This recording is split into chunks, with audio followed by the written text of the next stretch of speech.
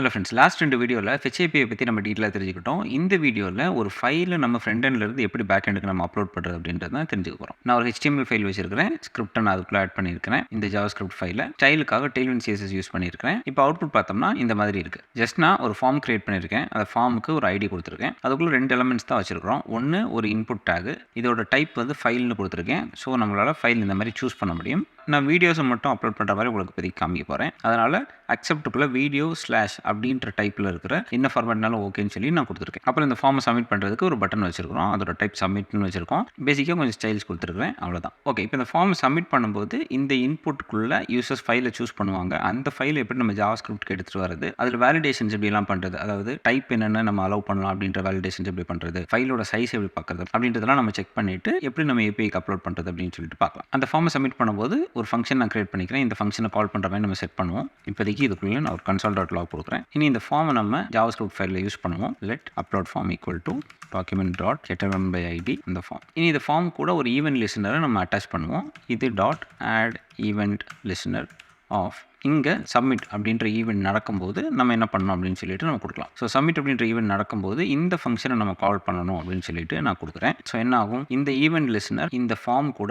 Attach ஆயிரும். So submit அப்படின்ற event நடக்கும்போது இந்த ஃபங்க்ஷனை கால் பண்ணி விட்டுரும். நமக்கு இந்த ஃபங்க்ஷன் எக்ஸிக்யூட் ஆகும். இப்போ இந்த ஃபங்க்ஷன் ஒழுங்காக கால் ஆகுதுன்னு சொல்லிட்டு நம்ம செக் பண்ணுவோம். ப்ரௌசர் வந்துட்டு இன்ஸ்பெக்ட் கொடுத்துக்கிறேன், கன்சோல் எடுத்துக்கிறேன், நான் பட்டனை கிளிக் பண்ணுறேன். கிளிக் பண்ணோன்னு பாருங்கள் டெஸ்ட்னு வந்துச்சு, ஆனால் பேஜ் ரிஃப்ரெஷ் ஆயிடுச்சு. பேஜ் ஏன் ரிஃப்ரெஷ் ஆச்சு அப்படின்னா, பை டிஃபால்ட்டாக ஒரு ஃபார்ம் சப்மிட் ஆகும், அந்த பேஜ் ரிஃப்ரெஷ் ஆகும். அந்த பிஹேவியரை நம்ம சேஞ்ச் பண்ணுறதுக்காக நம்ம என்ன பண்ணலாம்னா, இங்கே ஒரு பேராமீட்டர் நம்மளால் ரிசீவ் பண்ணிக்க முடியும், ஈவெண்ட்னு சொல்லிட்டு. இந்த பேராமீட்டர் என்ன பண்ணணும்னா, அந்த சப்மிட் பண்ணும்போது நடக்கிற ஈவெண்ட் இருக்குல்ல, அந்த ஈவெண்ட் ரிலேட்டடாக இருக்கிற எல்லா இன்ஃபர்மேஷன்ஸையும் நம்ம கலெக்ட் பண்ணி தரோம். ஜஸ்ட் நான் என்ன பண்ணுறேன், உள்ளே போயிட்டு இந்த ஈவெண்ட் அப்படின்ற ஆப்ஜெக்ட்டை கால் பண்ணி அந்த ஈவெண்ட்டில் ப்ரிவென்ட் டிஃபால்ட் அப்படின்னு சொல்லிட்டு ஒரு மெத்தட் இருக்கும். அந்த மெத்தடை நான் அந்த மாதிரி கால் பண்ணி விடுறேன். இந்த ப்ரிவென்ட் டிஃபால்ட் அப்படின்ற மெத்தட் என்ன பண்ணோம் அப்படின்னா, நான் சொன்னேன் இல்லையா, டிஃபால்ட்டாக ஒரு ஃபார்ம் சப்மிட் ஆகும்போது பேஜ் ரிஃப்ரெஷ் ஆகும்னு, அந்த பிஹேவியரை அதை ஸ்டாப் பண்ணிடும். அதான் டிஃபால்ட்டான பிஹேவியர், அதை ஸ்டாப் பண்ணிடும். இப்போ நம்ம டெஸ்ட் பண்ணி பார்க்கலாம். நான் இப்போ அப்லோட் கிளிக் பண்ணுறேன், பாருங்கள் டெஸ்ட் வருது. அதுக்கப்புறம் பேஜ் ரிஃப்ரெஷ் ஆகலை. இனி நம்ம என்ன பண்ணலாம், இந்த ஃபார்முக்குள்ளே இருக்கிற இந்த இன்புட் இருக்கு இல்லையா, அந்த இன்புட்டில் யூசர் சூஸ் பண்ணியிருக்க ஃபைலை நம்ம ஜாவாஸ்கிரிப்டில் ஆக்சஸ் பண்ணுவோம். ஸோ அதுக்கு நான் என்ன பண்ணுறேன், லெட்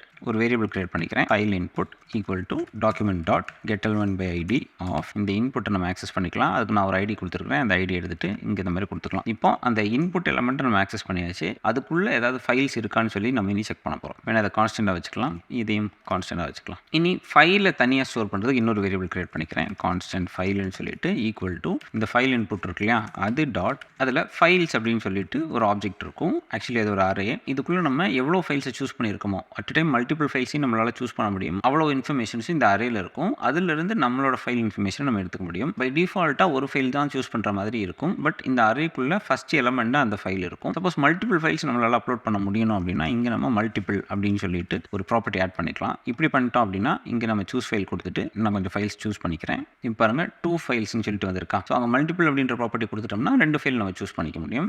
இந்த எக்ஸாம்பிளில் நம்ம ஒரு ஃபைல் பார்க்கலாம். ஸோ இங்கே என்ன பண்ணுறேன், இந்த மல்டிபிளை நான் ரிமூவ் பண்ணிடுறேன். இங்கே நமக்கு எப்படி அரே தான் கிடைக்க போகுது, அந்த அரேயோட 0th எலமெண்ட் நான் ஆக்சஸ் பண்ணிக்கிறேன். ஸோ ஒரு ஃபைல் தான் அப்லோட் பண்ணுறாங்கன்னா அந்த ஃபஸ்ட் எலமெண்ட் இந்த 0th இண்டெக்ஸில் இருக்கும். அதை நம்ம எடுத்து இந்த ஃபைல் அப்படின்ற வேரியபிளில் ஸ்டோர் பண்ணிக்கலாம். இனி இந்த ஃபைல் வேலிட் தானா அப்படின்னு சொல்லிட்டு நம்ம செக் பண்ணலாம். ஏன் அப்படி செக் பண்ண போகிறோம் அப்படின்னா, இப்போ எக்ஸாம்பிளுக்கு யூசர் ஃபைலே சூஸ் பண்ணாமல் அப்லோட் பண்ணிட்டாங்கன்னு வச்சுக்கோங்களேன், அதை நம்ம செக் பண்ணணும் இல்லையா, அதுக்காக தான். ஸோ இங்கே என்ன பண்ணுறேன், இஃப் ஃபைல் வேலிடாக இருந்துச்சு அப்படின்னா நம்ம அப்லோட் பண்ணுறதுக்கான ப்ராசஸ் பண்ணலாம் அப்படின்னு சொல்லிட்டு கொடுத்துடலாம்.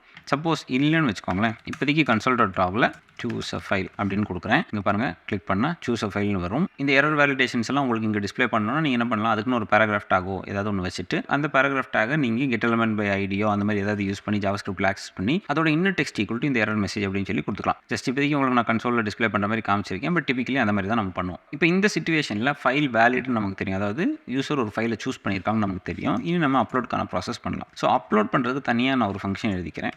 இங்கே நம்ம ஃபெச் ஏபிஐ யூஸ் பண்ண போகிறோம். ஃபெச் ஏபிஐ யூஸ் பண்ணுறனால இதை வந்து ஒரு அசிங்க்ரனஸ் ஃபங்க்ஷனாக நம்ம எழுதிக்கலாம். இந்த ஃபங்க்ஷன் இங்கே கால் பண்ணும்போது இந்த ஃபைலை நம்ம பாஸ் பண்ணிடலாம். ஸோ இந்த ஃபைலை தான் இங்கே ரிசீவ் பண்ணி நம்ம அப்லோட் பண்ண போகிறோம். இதை அசிங்க்ரனஸாக வச்சுட்டோம்னா இங்கே .then.catch அப்படின்னு சொல்லிட்டு அந்த அசிங்க்ரனஸ் ஃபங்க்ஷன் இங்கே ஹேண்டில் பண்ணிக்க முடியும். அதாவது இந்த ஃபங்க்ஷன் சக்ஸஸ்ஃபுல்லாக எக்ஸிக்யூட் ஆச்சு, இதில் எந்த எரருமே த்ரோ ஆகலை அப்படின்னா நம்ம இங்கே அதை .thenல ஆக்சஸ் பண்ணிக்கலாம், இல்லைன்னா .catchல ஆக்சஸ் பண்ணிக்கலாம். இதுக்கு முன்னாடி ப்ராமிசஸ் பற்றி நம்ம பார்த்துருந்தோம். நம்ம ப்ராமிசஸ்க்குள்ளே நம்ம ரிசால்வ் ரிஜெக்ட் அப்படின்னு சொல்லிட்டு 2 ஃபங்க்ஷன் யூஸ் பண்ணி பண்ணி பார்த்துருந்தோம். ஜென்ரலாக ஒரு ஃபங்க்ஷனுக்கு வெளியில் அசிங்க்ரனஸ்ன்னு சொல்லி நம்ம கொடுத்துட்டோம்னா, இதுக்குள்ளே நம்ம ரிசால்வ் ரிஜெக்ட் நம்ம கால் பண்ணலனாலும் எரர் த்ரோ ஆச்சு அப்படின்னாலே அது ரிஜெக்ட் ஆன மாதிரி, எரர் த்ரோ ஆகலைனாலே அது ரிசால்வ் ஆன மாதிரி. இப்போ இதுக்குள்ளே எல்லாமே ப்ராப்பராக நடந்துச்சுன்னா எரர் எதுவுமே த்ரோ ஆகாது. அதனால் என்ன ஆகும், இந்த ஃபங்க்ஷன் சக்ஸஸ்ஃபுல்லாக எக்ஸிக்யூட் ஆன மாதிரி. ஸோ இங்கே .thenல அந்த சக்ஸஸ் ரெஸ்பான்ஸை நம்ம எடுத்துக்க முடியும். ஸோ இங்கே நான் என்ன பண்ணுறேன், .thenல ஒரு ஃபங்க்ஷன் இந்த மாதிரி எழுதி வச்சுக்கிறேன். இதுக்குள்ளே console.logல சக்ஸஸ்ஃபுல் அப்படின்னு சொல்லி நம்ம கொடுத்துக்கலாம். இதே எரர் வருதுன்னு வச்சுக்கோங்களேன், கேட்சில் எரருக்கான ரெஸ்பான்ஸ் நம்ம கொடுத்துக்குவோம். மேலே நம்ம ஏதாவது எரர் தான் த்ரோ பண்ணுவோம், அதை நம்ம இங்கே ரிசீவ் பண்ணி அந்த எரர் டாட் அதோட மெசேஜை நம்ம பிரிண்ட் பண்ணுற மாதிரி நம்ம செட் பண்ணிக்கலாம். இங்கே இப்போதைக்கு சும்மா ஒரு எரர் நான் த்ரோ பண்ணி காமிக்கிறேன். த்ரோ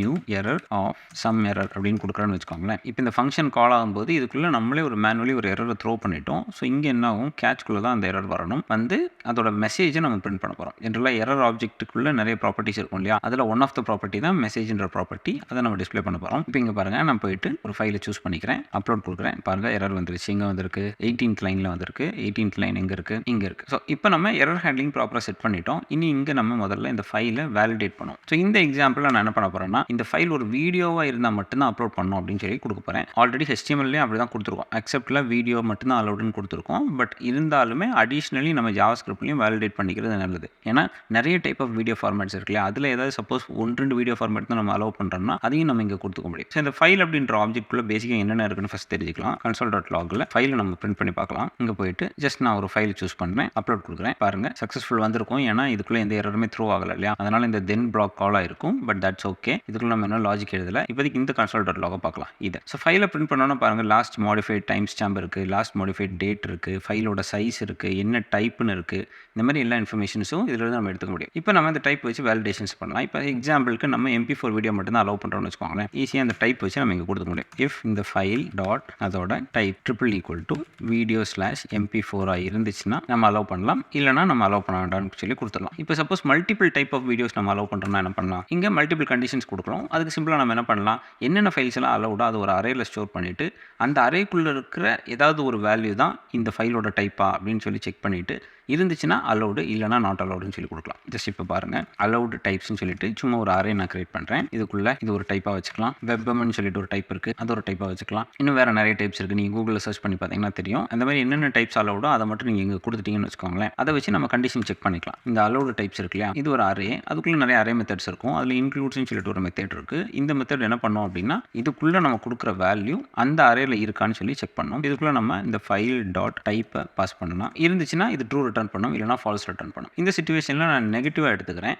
அதாவது இருந்துச்சு அப்படின்னா ஓகே, இல்லைனா என்ன பண்ணணும்னு சொல்லிட்டு நான் கண்டிஷன் கொடுக்குறேன். அதுக்கு தான் இங்கே நெகட்டிவாக கொடுத்துருக்கேன். ஸோ இல்லைனா நம்ம ஒரு எரர் த்ரோ பண்ணிடலாம். இங்கே என்ன பண்ணலாம், throw new error of file not supported file type அந்த மாதிரி கொடுக்கலாம். கன்கார்டினேட் பண்ணி இந்த ஃபைலோட டைப்பையும் நம்ம மென்ஷன் பண்ணிக்கலாம். இப்போ நான் சேவ் பண்ணிடுறேன். இப்போ இதை சிமுலேட் பண்ணுறதுக்காக நான் என்ன பண்ணுறேன், ஜஸ்ட் இங்கே போயிட்டு இந்த அக்செப்ட்டுக்குள்ளே இருக்கிற எல்லாத்தையும் நான் ரிமூவ் பண்ணிடுறேன். என்ன டைப்னாலும் அக்செப்ட் பண்ணுற மாதிரி HTML நம்ம வச்சிருக்கோம் அப்படின்னு வச்சுக்கலாம். இங்கே போயிட்டு நான் சூஸ் ஃபைல் கொடுக்குறேன். பாருங்கள் நிறைய ஃபைல் செலக்ட் ஆகிற மாதிரி வருது. அதில் நான் MKVன்னு சொல்லிட்டு இருக்கிற ஒரு வீடியோ ஃபார்மேட் நான் சூஸ் பண்ணுறேன். இப்போ நான் ஓப்பன் கொடுத்துறேன். இப்போ நான் அப்லோட் கொடுத்தேன்னா பாருங்கள், நாட் சப்போர்ட்டட் ஃபைல் டைப்னு வந்துருச்சு. ஏன் இங்கே ஃபைல் டைப் வரல அப்படின்னா, நம்ம ப்ரௌசர் என்னென்ன ஃபைல் சப்போர்ட் பண்ணுதோ அதோட டைப் மட்டும் தான் ரெகனைஸ் ஆகும். இங்கே இந்த MKV அப்படின்ற ஃபைல் டைப் சப்போர்ட் ஆகாதுன்றனால தான் நமக்கு அதோட டைப் வரல. சப்போஸ் வேறு ஏதாவது டைப்னா வந்திருக்கும். நம்ம HTML ஃபைல் போயிட்டு அக்செப்ட் வீடியோ அப்படின்னு சொல்லி கொடுத்துடலாம். இப்போ நான் மறுபடியும் போயிட்டு ஒரு ஃபைலை சூஸ் பண்ணுறேன், அப்லோட் கொடுக்குறேன். பார்த்தீங்கன்னா எரர் வரல, சக்ஸஸ் மட்டும் தான் வரும். ஸோ இப்படி ஃபைலோட டைப்பை நம்ம வேலிடேட் பண்ணிக்க முடியும். இனி ஃபைலோட சைஸை வேலிடேட் பண்ணால் அதையும் நம்ம வேலிடேட் பண்ணிக்க முடியும். இப்போ எக்ஸாம்பிளுக்கு ஒரு 20 MB தான் நம்ம அப்லோட் பண்ண அலோவ் பண்ணுறோம், அதோட பெரிய ஃபைலாக இருந்தால் அலோவ் பண்ண மாட்டோம் அப்படின்லாம் இருக்குன்னு வச்சுக்கோங்களேன். அதையும் நம்ம செட் பண்ணிக்க முடியும். இப்போ எக்ஸாம்பிளுக்கு கான்ஸ்டன்ட் மேக்ஸ் சைஸ்ன்னு சொல்லிட்டு ஒரு வேரியபிள் நான் கிரியேட் பண்ணுறேன். இதுக்குள்ளே 20 MB அலௌடுன்னு கொடுக்குறேன். ஜென்ரலாக ஒரு ஃபைலோட சைஸ் வந்து பைட்ஸில் தான் இருக்கும். நம்ம அதனால் 20 MBக்கு ஈக்குவலான பைட்ஸ் எவ்வளவோ அந்த வேல்யூவை வச்சு தான் நம்ம செக் பண்ண முடியும். அதை எப்படி நம்ம செக் பண்ணலாம்னா 20 இன்டூ ஃபஸ்ட் இதை கேபியை கன்வெர்ட் பண்ணுவோம். அதாவது 1024 KB தான் ஒரு MB கரெக்டாக. ஸோ நம்ம என்ன பண்ணலாம், 1024 இதோட மல்டிப்ளை பண்ணிக்கலாம். ஓகே, இனி அந்த கேபியை மறுபடியும் நம்ம பைட்ஸாக கன்வெர்ட் பண்ணணும். பைட்ஸ்க்கும் சேம் 1024 பைட்ஸ் தான் ஒரு KB. ஸோ அதையும் நம்ம என்ன பண்ணலாம், எகெயின் மல்டிஃபை பண்ணிக்கலாம். ஸோ இந்த மாதிரி நம்ம கொடுத்துட்டோம்னா இதோட ஆன்சர் இருக்கு இல்லையா, அதுதான் பைட்ஸில் மெமரி சைஸாக இருக்கும். 20 MBக்கு ஈக்குவலான மெமரி சைஸாக இருக்கும். அதை வச்சு நம்ம இங்கே செக் பண்ணலாம். ஸோ அடுத்து நான் என்ன பண்ணுறேன், இஃப் இந்த ஃபைலோட சைஸ் இருக்கு இல்லையா, அது வந்து கிரேட்டர் தேன் இந்த மேக்ஸ் சைஸான்னு பார்க்குறேன். மேக்ஸ் சைஸாக இருந்துச்சுன்னா நம்ம எரர் த்ரோ பண்ணணும் கரெக்டாக. ஸோ மறுபடியும் என்ன பண்ணலாம், அப்படியே காப்பி பேஸ்ட் பண்ணி இதுக்குள்ளே போயிட்டு சைஸ் இஸ் ஹையர் அந்த மாதிரி கொடுத்துருக்கோம். இங்கே இந்த டைப் நம்ம வேணால் ரிமூவ் பண்ணிடுவோம். இப்போ மறுபடியும் நான் டெஸ்ட் பண்ணி பார்க்கலாம். நான் வந்து ஒரு பெரிய ஃபைல் சைஸை சூஸ் பண்ணுறேன். சூஸ் பண்ணிவிட்டு அப்லோட் கொடுக்குறேன். பார்த்தீங்களா சைஸ் இஸ் ஹையர்னு வந்துருச்சு. இதே நான் ரிஃப்ரெஷ் பண்ணிவிட்டு சூஸ் ஃபைல் போய் சின்ன ஃபைல் சைஸை சூஸ் பண்ணுறேன். இப்போ அப்லோட் கொடுக்குறேன். பார்த்தோம்னா எரர் வரல. ஸோ இப்படி ஃபைல் சைஸையும் நம்ம ஹேண்டில் பண்ணிக்க முடியும். இப்போ பேசிக்கான வேலிடேஷன்ஸ்லாம் பண்ணிட்டோம் இல்லையா, இன்னும் நம்ம ஃபைல் அப்லோட் பண்ணலாம். ஸோ ஃபைல் அப்லோட் பண்ணுறதுக்கு நம்ம என்ன பண்ணலாம், மறுபடியும் fetch API கால் எழுதுவோம். fetch API-க்குள்ளே நம்ம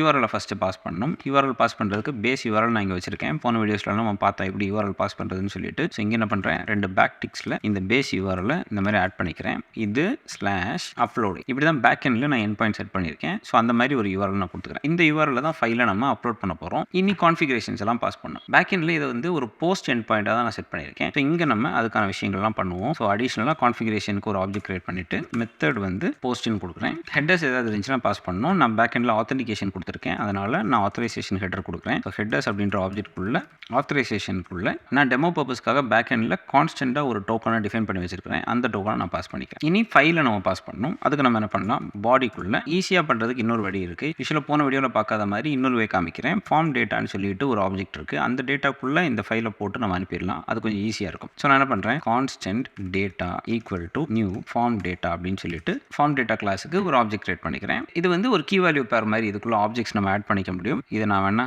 இங்கிருந்து கட் பண்ணி இங்கே வச்சுக்கிறேன். வேலிடேஷனுக்கு அப்புறமா இந்த டேட்டா டாட் இதுக்குள்ள அப்பெண்ட்னு சொல்லிட்டு ஒரு ஃபங்க்ஷன் இருக்குது. இந்த ஃபங்க்ஷனுக்குள்ள நம்ம கீ அண்ட் வேல்யூ கொடுக்கலாம். இந்த வேல்யூ வந்து இங்கே பாருங்க, ஒன்று ஸ்ட்ரிங்காக இருக்கலாம், இல்லைனா பிளாபாக இருக்கலாம்னு சொல்லி வந்திருக்கா. ஸோ ஒரு ஸ்ட்ரிங் வேல்யூ ஏதாவது பாஸ் பண்ணாலும் பாஸ் பண்ணிக்கலாம். ஃபைலை பாஸ் பண்ணோன்னா அதோட டைப் பிளாப். ஸோ அதையும் பாஸ் பண்ணிக்கலாம். இங்கே என்ன பண்ணுறேன், ஃபைல் அப்படின்ற கீக்கு வேல்யூ வந்து நம்மளோட ஃபைலை பாஸ் பண்ணுறேன். பேக்எண்ட் ஏபிஐயில் இந்த மாதிரி ஒரு கீயை தான் நான் எக்ஸ்பெக்ட் பண்ணுறேன். ஃபைல் காலன் வேல்யூ அப்படி தான் பேக்எண்டில் நான் எக்ஸ்பெக்ட் பண்ணுறேன். அதனால தான் இந்த மாதிரி நான் செட்டப் பண்ணுறேன். பேக்எண்டில் எப்படி எக்ஸ்பெக்ட் பண்ணுறோமோ அதே மாதிரி தான் இங்கே நம்ம ஃபார்மேட் பண்ணி அனுப்பணும். அப்போ தான் அங்கே காம்பேட்டிபிளாக இருக்கும். இனி என்ன பண்ணலாம், இந்த டேட்டாவை நம்ம இந்த பாடி கூட இந்த மாதிரி அட்டாச் பண்ணிடலாம். அதுவே பேக்எண்டுக்கு நமக்கு டேட்டாவை பாஸ் பண்ணிடலாம். இப்போ ஃபெச் பண்ணிட்டோம் இல்லையா, இனி இந்த ஃபெச் நமக்கு ஒரு சக்ஸஸ் ரெஸ்பான்ஸ் கொடுக்கும், இல்லைனா ஃபெயிலியர் ரெஸ்பான்ஸ் கொடுக்கும். அதை நம்ம ஹேண்டில் பண்ணணும். ஸோ கீழே ஸ்க்ரோல் பண்ணிட்டு இது டாட் தென்னுக்குள்ள நம்ம சக்ஸஸ் ரெஸ்பான்ஸை ஹேண்டில் பண்ணுவோம். நமக்கு ரெஸ்பான்ஸ் கிடைக்கும். இங்கே என்ன பண்ணுறேன், ரெஸ்பான்ஸ் ஓகேன்னு செக் பண்ணுறேன். நமக்கு 200 டைப் ஆஃப் ரெஸ்பான்ஸ் இருக்கான்னு சொல்லி செக் பண்ணுறேன். இந்த மாதிரி நம்ம செக் பண்ணுவோம். ரெஸ்பான்ஸ் ஓகேன்னு தெரிஞ்சுக்கிறதுக்கு. ஓகே இல்லையான்னு நம்ம தெரிஞ்சுக்கிட்டா போதும். ஏன்னா ஓகேனா ஆட்டோமேட்டிக்லி இங்கே சக்ஸஸ்குள்ளே போயிடும். அதுக்கு நம்ம ஆல்ரெடி இந்த ஃபங்க்ஷனுக்குள்ள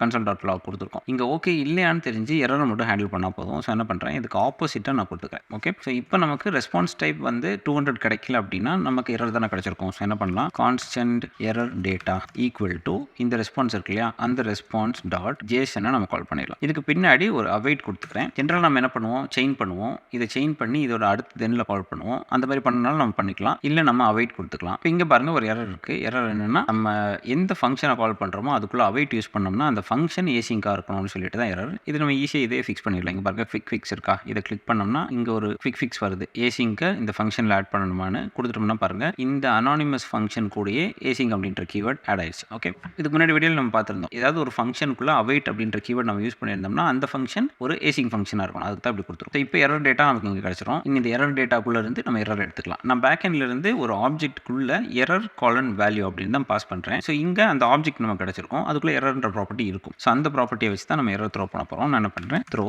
நியூ எரர் ஆஃப் இந்த எரர் டேட்டா டாட் எரர் அப்படின்ற ப்ராப்பர்ட்டியை நான் கால் பண்ணி விட்டுறேன். ஸோ இப்போ ஏதாவது எரர் வந்துச்சுன்னா இந்த மாதிரி ஹேண்டில் ஆயிரும். அது இல்லாமல் ஏதாவது எக்ஸெப்ஷன் வருது அப்படின்னா அதை நம்ம கேட்ச் பண்ணணும் இல்லையா, அதுக்கு நம்ம கேட்ச் பிளாக் வச்சுக்கலாம். அதுக்கும் நம்ம ஒரு ஃபங்க்ஷன் எழுதிக்கலாம். எரர் இங்கே ரிசீவ் பண்ணிப்போம். அதையும் நம்ம த்ரோ பண்ணி விட்டுறலாம். த்ரோ நியூ எரர் ஆஃப் இந்த எரர் டாட் அதோட மெசேஜை நம்ம த்ரோ பண்ணி விட்டுறலாம். ஸோ இப்போ இந்த ஃபங்க்ஷன் கால் ஆனோன்னா பேசிக்கான வேலிடேஷன்ஸ் நடக்கும். எங்கேயாவது எரர் த்ரோ ஆச்சு அப்படின்னா கீழே இருக்கிற கேட்ச் பிளாக் அதை கேட்ச் பண்ணிக்கும்.